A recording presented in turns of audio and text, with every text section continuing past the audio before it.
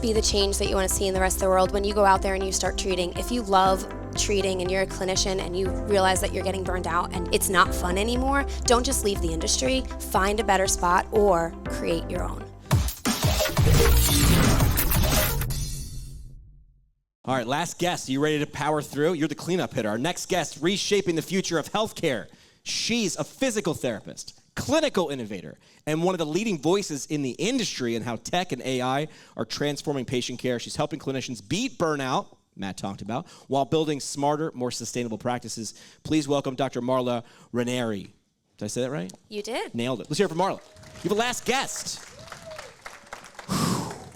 You've said before that PT students hear a lot of outdated advice. What's the truth they actually need to hear in 2026? What is some of the things that you're like, if I could scrub that from your brain, what would you just, control, delete? Yeah, so when you guys are out going into your clinical affiliations, a lot of times you just see people writing notes after hours. You see the way the structure is done. There's a lot of extra work and admin work that you're doing. And you went into PT to treat. You went in to care for patients. So a lot of that extra stuff kind of sucks. And I just want to let you know that doesn't have to be that way. It does not have to be that way. So you work for a technology company. I do. And you just briefly, what's your role there? Like, what do you get? I don't care about the title. The title's cool, but what do you get to do? Yeah, so I'm the head of clinical innovation and strategy, which means I help bring in some of the top industry leaders and ask them, what do we need in PT? What are our pain points? What do we need to fix? And then we build technology to do that. And honestly, one of the big pain points has been burnout, has been 40% of clinicians leaving the field because they love what they're doing. They love treating patients, but they hate all the extra parts and going home after hours doing notes and on the weekends and all the admin work. And so we're really trying to fix that and combat that. Yeah, so it wouldn't seem like an obvious, you're not going to get this on like a message board, like questions you should ask during an interview. And by the way, an interview is a two-way interview. You do not win interviews. Your job is not to get the role of the interview is not to win the job. You should be asking as many, if not more, questions. I don't know if I ever asked, what EMR do you use? But is there a piece of technology or equipment that you are using more as a clinician than the EMR? I feel like that is a valid question. Yeah, and I would say for all of you, has anyone used AI in your real life right now? Personal life, school life? Has anyone not used AI? That would be a great, okay, good. Okay. Really? Not at all? Oh, I want to talk. Yeah, I want to see what that's like. You've got like native brain. I appreciate that. Yeah, what's that like? Well, I would definitely recommend that you should be using AI to help learn, to help educate yourself, to use it as a mentor. I mean, we heard about some of the business people out here who said it helped them grow. Yeah. And so you should also be asking about that when you go out to your first jobs. What kind of technology and tools do you have to assist me as a clinician and make me a better clinician? And do you have to make sure that I am not burning out and I'm still loving my job? So I do think you should ask, what's the EMR, what's the technology, what AI pieces, what alternative business models, alternative compensation models are you looking at? Because, by the way that PTs get paid, we do need to change. Advocacy is helping us tremendously at the APTA, but you guys need to advocate for yourselves as well. And there are a lot of alternative models we should be going out and doing and starting to participate in value-based care. And that's not going to change at these business corporate levels unless you guys coming out as students. By the way, everybody wants you. Yeah. You are the most needed person right now. We need PTs to grow. It's you guys that are going to change that. You got to be asking for that. You need to be saying, hey, tell me what technology you're using. What are you looking at for alternative compensation models? How are you looking to change and innovate? And that's what's really going to move the needle at those companies. Use AI to learn things clinically, help you write your note. I'm using it currently to figure out how to use an air fryer because I keep burning French fries. But we're going to get there slowly but surely. Here's a devious interview question, either on the way of the clinic asking someone they're looking to hire, or you can flip it. If I were to leave 3 years from now, what do you think the reason might be? Ooh, that makes someone think and not answer. So someone's going to show their cards to you. If you ask that to a new grad, if you were going to leave in 3 years, what do you think the reason might be? If she's like, well, price, salary, you're like, okay, I understand what I need to make important now. If you're like, well, I just don't know, am I going to be able to grow here? You're like, got it, leadership tracks. I call it a ricochet question, because if you said, what's most important to you, you're going to answer, it's going to be a holstered answer that you've thought about. I like to bounce questions off the wall, because I want you to actually think about the answer. You can flip that.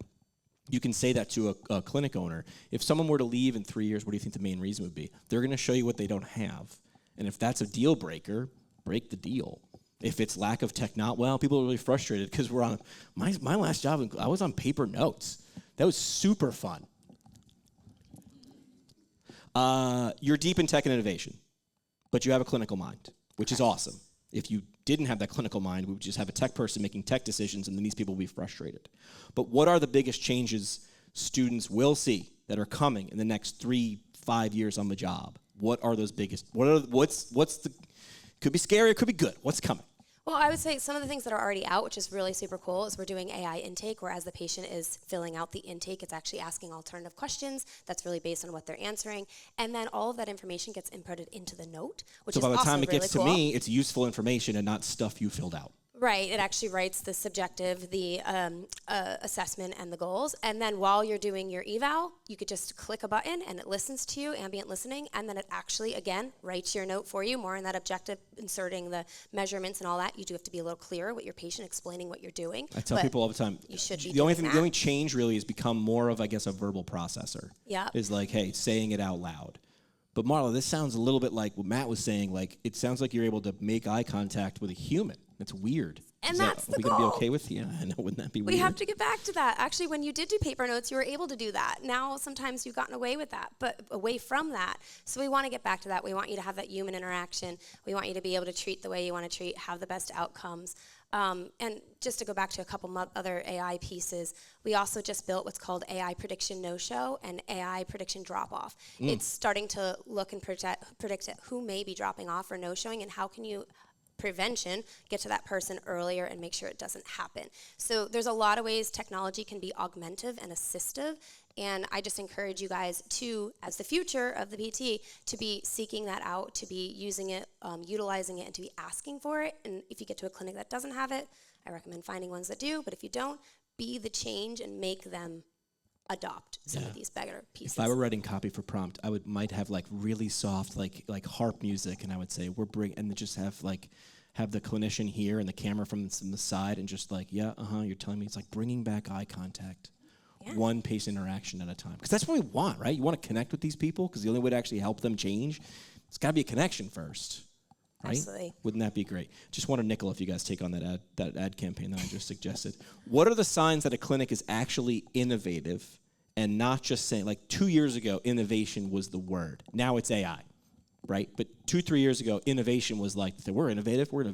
And I push back and I say, is the innovation in the room? Is it here? Can you show me? And then when they can't, so how do you spot that if someone's actually innovative and weed that organization out? Because you have power to make decisions. You don't have to take whatever. You can take what you want. So how do you actually spot that? One way is to ask them, how do you grade or bonus your clinicians? And if they say, by visits, okay, not innovative, they should be saying by outcomes, by the way that they are bringing in revenue. Because believe it or not, you can be a pelvic health therapist and see somebody one-on-one and give extremely quality care. You're actually making more revenue than if you're seeing 4 patients in that hour. So it's really about the outcomes and the revenue and what you are bringing to the clinic. So I think that's a really great question to ask to see if they're innovative. That's going to set them up for things like value-based care, for population health, and you really want to see clinics that are pushing that way. And then, of course, asking, how do you expect people to do their notes? Is it done in the clinic or is it done at home? I like loaded questions. Do I have to do my work during working hours or during non-working hours? And if they say, we give, you could do it during your lunch, but, obviously you can get as much done during your day, and then the rest has to go home with you, that is not innovative. You should really have enough technology tools that you should get your notes done while you're seeing that patient. It should get done pretty much for you.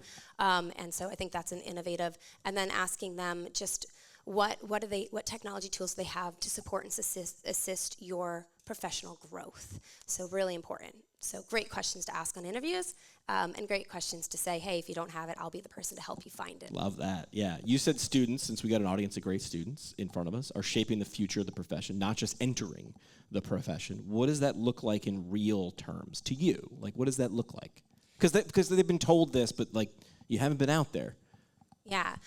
Obviously, definitely be advocating and in the APTA, that's absolutely what it looks like. But it also looks like what you are going out and doing when you ask for a job and when you go into the field. Because right now, everybody wants students, everybody wants clinicians.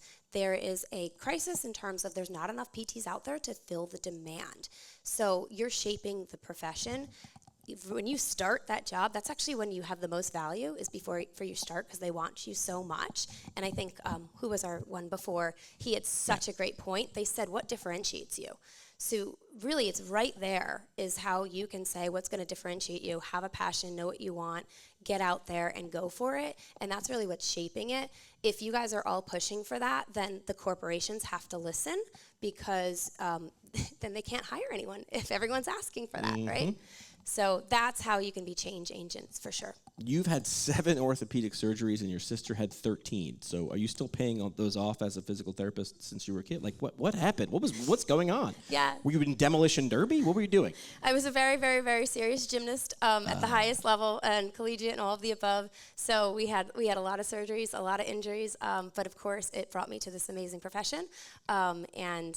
Yeah, I still pay for it, but I'm very athletic still. And I meant the bill, because that many surgeries, your parents are probably like, yes, get out there and earn, please.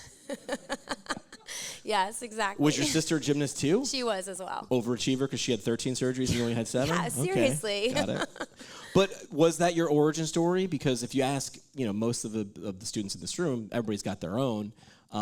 Was that your origin story to the profession? Actually, quite interesting story about that is that I actually got into medical school, and I was about to go to medical school, and my physician, who I was so close with because I had you bought him a house. so many surgeries, and in college I had a ton, and so he literally looked at me and said, Marla, I know you so well. We have this amazing relationship. You should go to physical therapy. You're not going to find that in this medical field. You're not going to find what you are looking for. As an orthopedic surgeon, you love the relationship we have. I don't have this with any of my patients. And his wife was a physical therapist, and he actually said that your personality and how you care so much about patients and people, he guided me that way. That's cool. So I actually delayed my entrance into Columbia Medical, and I asked if I can go to PT, and they nicely accepted me. That's pretty cool. Yeah. All right. What's one outdated norm in healthcare that needs to die like yesterday? Outdated norm. The model you see that exists right now, don't take that as that has to be the model. It absolutely can change. Fee for service, it doesn't have to be that way. So don't just accept that. So explain fee for service, though, just on basic terms. Like, how did you.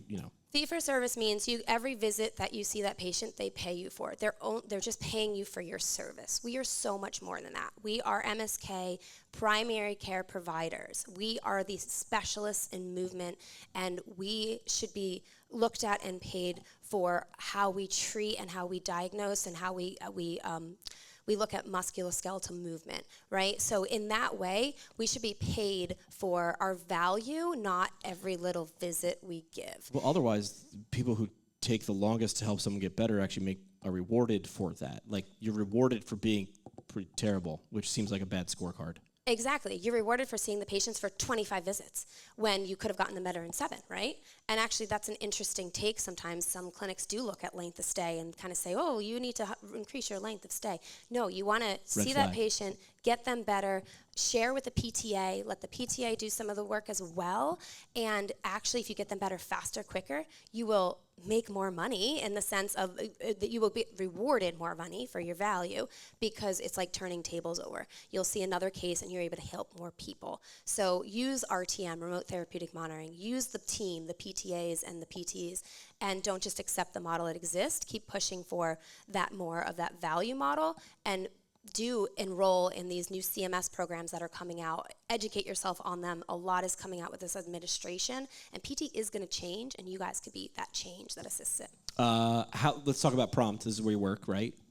It's a technology company that's really focused not on healthcare. Like, you guys are actually niche within a niche, which I feel like gives you an advantage because you're so focused on rehab, I guess, would probably be a better area to put the scope.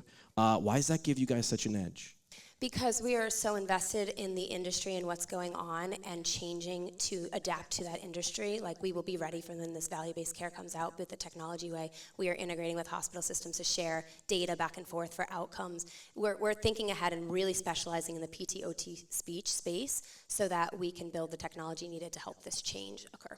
Love that. Last thing we do each episode is the parting shot. It's our last parting shot. All right, Marla, what do you got for us? Parting shot is be the change that you want to see in the rest of the world. When you go out there and you start treating, if you love treating and you're a clinician and you realize that you're getting burned out and it's not fun anymore, don't just leave the industry. Find a better spot or create your own. Yeah, some of our guests have done that. Marla, thanks for your time. Let's hear from Marla Ranieri. Awesome.